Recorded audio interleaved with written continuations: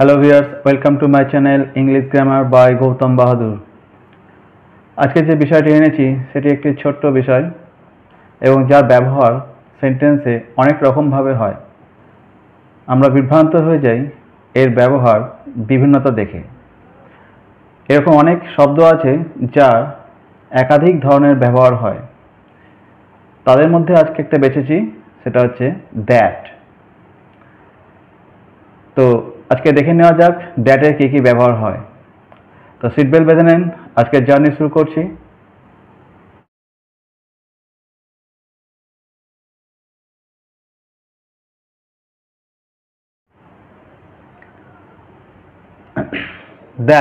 দ্যাটকে সেন্টেন্সে কীভাবে দেখা যায়।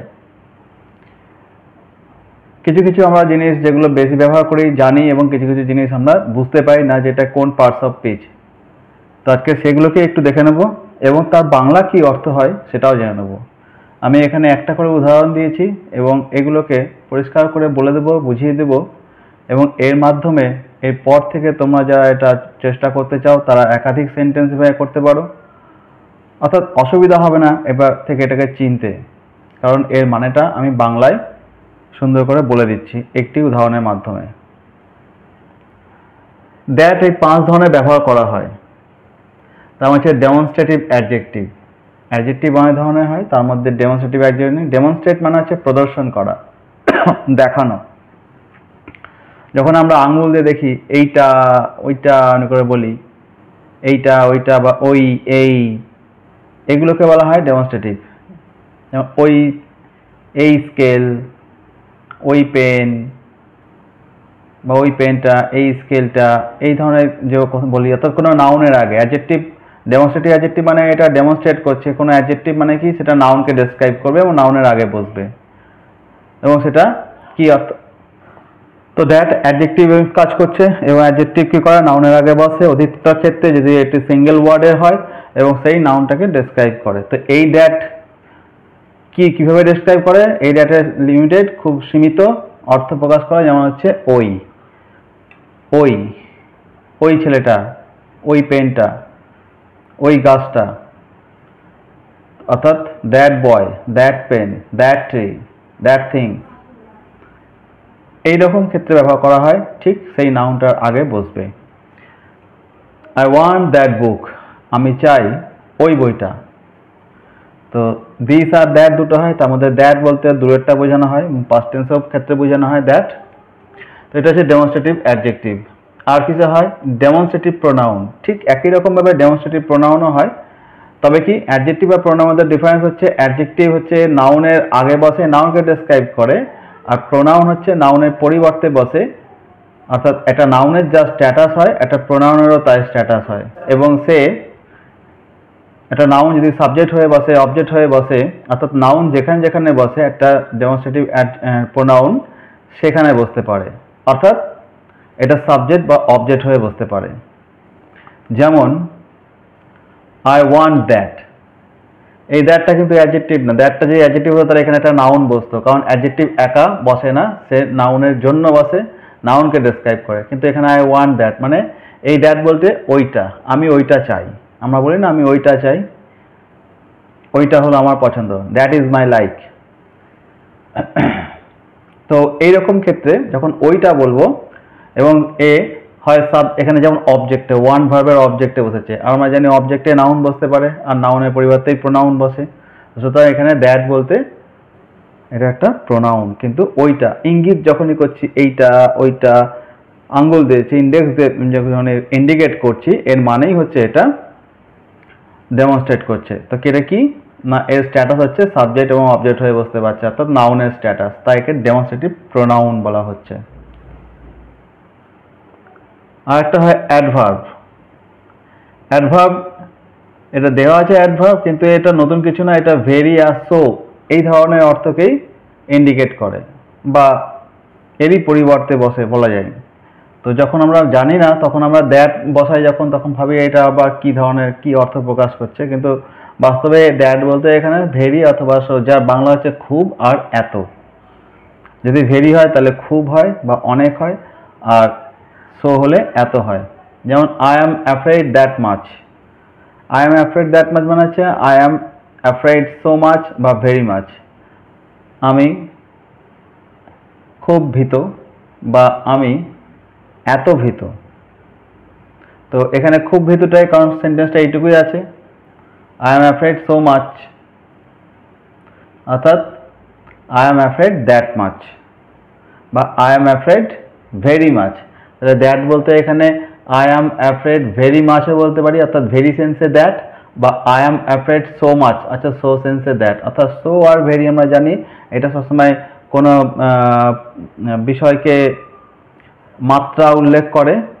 যদি কোনো এখানে অ্যাফ্রেড ভীত অর্থাৎ ভয় পাওয়া, এই ভয় পাওয়ার মাত্রাকে উল্লেখ করছে এবং সেটা অনেক, তো কোনো কিছুর মাত্রাকে উল্লেখ করা হয় সেই মাত্রা, অর্থাৎ ভেরি আর সো যেভাবে ব্যবহার করা হয় ইংরেজিতে, অর্থাৎ খুব বা অনেক এক্সটেনশন অর্থে, তো এখানেও দ্যাটকেও সেভাবে ব্যবহার করা হয়। কিন্তু দ্যাটকে আমরা যখন ব্যবহার করি তখন দ্যাটের অর্থটা আমাদের কাছে খুব সীমিত থাকে। আমরা জানি দ্যাট বলতে হয় এটা অ্যাডজেক্টিভ বা প্রোনাউন হবে অথবা রিলেটিভ প্রোনাউন হয়, সেই কারণে আমাদের দ্যাট এখানে যখন বসে তখন আমাদের বুঝতে খুব অসুবিধা হয়। তো এবার থেকে আশা করি আর বুঝতে অসুবিধা হবে না, কারণ এটা কি করছে, এটা খুব বা এত অর্থাৎ ভেরি আর সো সেন্সে ব্যবহার করা হচ্ছে, এবং এটা এমন একটা জায়গায় ব্যবহার করা হচ্ছে অ্যাফ্রেড এই অ্যাডজেক্টিভটার পরে ব্যবহার করা হচ্ছে, অর্থাৎ অ্যাডজেক্টিভ সম্বন্ধে কে কথা বলে, অ্যাডভার্ব বলে। তাহলে অ্যাফ্রেড ভীত, কত পরিমাণ ভীত, অর্থাৎ যে অ্যাডভার্বকে অ্যাডজেক্টিভকে ডেসক্রাইব করে সে হয় অ্যাডভার্ব। তাহলে মাত্রা বলছে afraid, how much, that much. ভীত, কত পরিমাণ ভীত, হাউ এক্সটেনশন, কতটা, না very much, so much, that much. তাহলে ভেরি আর দ্যাট এই সেন্সে অর্থাৎ ভয়ের মাত্রা প্রকাশ করছে, আর ভয় হচ্ছে অ্যাডজেক্টিভ, আর যেটা অ্যাডজেক্টিভের মাত্রা প্রকাশ করে সে এক আর অদ্বিতীয় হয়, সে হচ্ছে অ্যাডভার্ব। তো এখানে দ্যাট বলতে অ্যাডভার্ব। আশা করি বিষয়টা বুঝতে পেরেছো।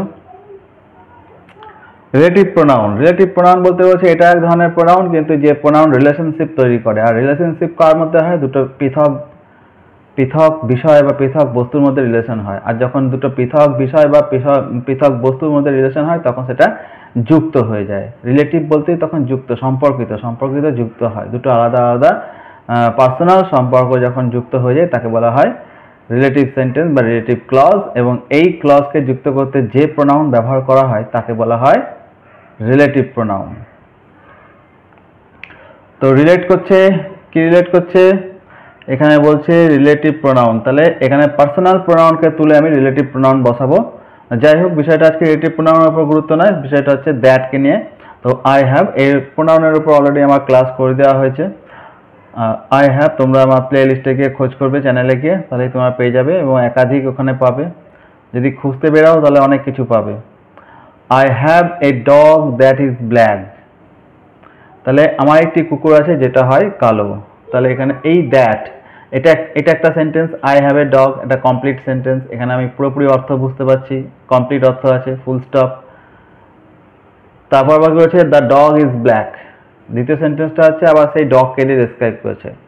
তাহলে দুটো সেন্টেন্স দেখছি পার্সোনাল সেন্টেন্স, এবং দুটো পার্সোনাল সেন্টেন্সকে একই বিষয় নিয়ে এক্সটেনশন হয়েছে পরেরটা। তো সুতরাং এখানে ওই দ্য ডগকে আমি অর্থাৎ নাউনকে পরিবর্তন করে নাউনের পরিবর্তে কে বসে, প্রোনাউন বসে, এবং নাউনের পরিবর্তে পার্সোনাল প্রোনাউন যদি বসে তাহলে এখানে একটা ফুল স্টপ হওয়ার কথা ছিল, কিন্তু সেই ফুল স্টপটা তুলে দিয়ে আমি এমন একটা প্রোনাউনকে বসেছি যাতে গোটা সেন্টেন্স একটা গোটা সেন্টেন্সে পরিণত হয়, দুটো সেন্টেন্স। এবং দেখো এখানে কোনো ফুল স্টপ বা কিছু নেই, এর মানে কি এই প্রোনাউনটা আগের সেন্টেন্স আর পরের সেন্টেন্সকে রিলেট করে দিয়েছে।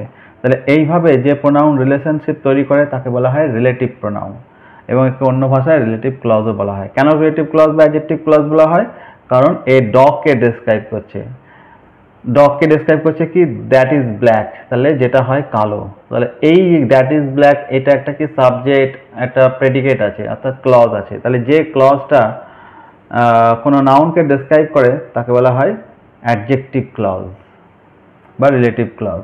তো আশা করি এখানে ওই বিষয়টাকে আমি বলে দিলাম, কেন অ্যাডজেক্টিভ ক্লজ রিলেটিভ ক্লজ ব্যবহার করা হয়, কেন বা একে প্রোনাউন বলা হচ্ছে, কারণ কি এটা আমার একটা প্রোনাউন যে রিলেশনশিপ তৈরি করছে আগের সেন্টেন্সটার সঙ্গে পরের সেন্টেন্সটা উইদাউট এনি ফুল স্টপ আর কমা। তাহলে এটা আমরা সবাই জানা আছে, খুব বহু বহু ব্যবহার করা হয়, সুতরাং এখানে কোনো ডাউট বা কনফিউশন নেই। যদি যাদের থাকবে তাদেরকে আমি, তাদের জন্য এটা, তারা যাতে বুঝতে পারে তার আমি বিষয়টা অনেকটা ব্যাখ্যা করলাম। পরেরটায় কনজাংশন, এটাও আমরা জানি কনজাংশন কি। কনজাংশন বলতে হচ্ছে যাতে আর যে। এখানে দুটোই আমরা দেখতে পাই, যাতেও বলা হয় আর যেও বলা হয়। একটা হয় অ্যাডভার্বিয়াল ক্লজে হয়, যখন যাতে বলবো, আর যখন নাউন ক্লজে বলবো তখন যে। দুটো সেন্টেন্স, দুটোই কনজাংশন হয়, অ্যাডভার্বিয়াল ক্লজ আর নাউন ক্লজ। আর এই দ্যাটটা হচ্ছে অ্যাডজেক্টিভ ক্লজ। আচ্ছা, তিনটে ক্লজই এখানে দেখা যাচ্ছে। এই দ্যাটকে যেমন রিলেটিভ প্রোনাউন বলা হয়, আবার দ্যাটকে কনজাংশনও বলা হয়, কারণ এটা কনজাংশনের কাজ করছে, দুটোকে জয়েন করছে। তো এর স্ট্যাটাস দুরকমভাবেই বোঝানো হয়। যাই হোক, I study that I may learn. তাহলে আমরা কাজ করি কোনো না কোনো উদ্দেশ্যে, কোনো না কোনো লক্ষ্যে পৌঁছানোর জন্য। তো এখানেও সেন্টেন্সটা হচ্ছে আই স্টাডি, আমি পড়াশোনা করি, কি কারণে? To get a good job, একটা ভালো জবের জন্য। To be a good human being, একটা ভালো মানুষ হওয়ার জন্য।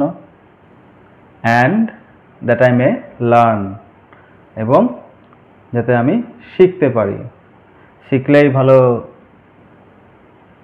হিউম্যান বিং হওয়া যায় এবং সেটাকে অ্যাপ্লাই করতে হয়। যাই হোক, I study that I may learn, তাহলে আমি পড়াশোনা করি যাতে, তাহলে এখানে হলো যাতে। দ্যাট বা সো দ্যাট, এখানে হচ্ছে যাতে বা যাহাতে, বা যে কারণে, যে কারণে যাহাতে। I study that I may learn, তাহলে জেনারেলি এই দ্যাটের পর একটা মে, একটা পসিবিলিটি ভার্ব ব্যবহার করা হয়, মোডাল ভার্ব। কারণ আমি শিখি, দ্যাট আই লার্ন, এতটা গ্যারান্টির সঙ্গে বলা যায় না, কিন্তু শিখি বর্তমান। আর মেটা কেন বসানো হয়েছে? মেটা একটা পসিবিলিটি, পসিবিলিটি মানে ফিউচার সেন্স। তাহলে আজকের কাজ করছি, শেখার কাজ করছি, এটার সম্ভাবনা কি না, যাতে ভবিষ্যতে শিখতে পারি, শিখবো, এই সম্ভাবনায় আমি কাজ করছি। তাই সম্ভাবনা থাকার কারণে এখানে মে ব্যবহার করা হয়েছে। এখানে মে ছাড়া আমরা ব্যবহার করতে পারবো না, কারণ মেকে আমাকে লাগবে, কারণ এইটা বর্তমান, এইটা ভবিষ্যৎ, ভবিষ্যৎটা কনফার্ম হয়ে বলতে পারছি না, তাই মে বলছি। আর কি হয়? নাউন ক্লজে যেটা ব্যবহার করা হয়, I know that he is honest, আমি জানি, কি জানি? That he is honest. তাহলে এই নো ভার্ব অবজেক্ট হয়ে বসেছে, এবং অবজেক্ট হয়ে বসেছে এই দ্যাট। দ্যাট বলতে এখানে যে, নাউন ক্লজের খুব জনপ্রিয় একটা ক্লজ, দ্যাট ক্লজ বলা হয়। এবং এই দ্যাটটা হচ্ছে এখানে কনজাংশনের কাজ করছে, এবং এটা যার বাংলা অর্থ যে। তাহলে আজকের পর থেকে আশা করি এই বিষয়টা, দ্যাটকে চিনতে অসুবিধা হবে না। দ্যাট যেখানে থাকুক এর মধ্যেই থাকবে, এই রকম রূপেই থাকবে। এবার থেকে তোমরা দ্যাটকে এইভাবে নির্বাচন করবে, দ্যাটের কি অর্থ, দ্যাটের কি পজিশন, দ্যাটের কি কাজ। কারণ প্রত্যেকটা শব্দেরই একটা নির্দিষ্ট জায়গা থাকে এবং নির্দিষ্ট কাজ থাকে, সেই জায়গায় যে বসবে এবং সেই কাজ সে করবে। এইটুকু আমরা যদি চিনতে পারি, তাহলে আমাদের পার্টস অফ স্পিচ চিনতে খুব বেশি সমস্যা পড়তে হবে না। তো যাই হোক, আজকের বিষয়টা এখানে শেষ করছি। বিষয়টি যদি ভালো লাগে তাহলে অবশ্যই লাইক, শেয়ার, সাবস্ক্রাইব ও কমেন্ট অবশ্যই করবে। আবার দেখা হবে এই ধরনের একটি বিষয় নিয়ে। ততক্ষণের জন্য দেখতে থাকুন, ভালো থাকুন, সঙ্গে থাকুন। নমস্কার।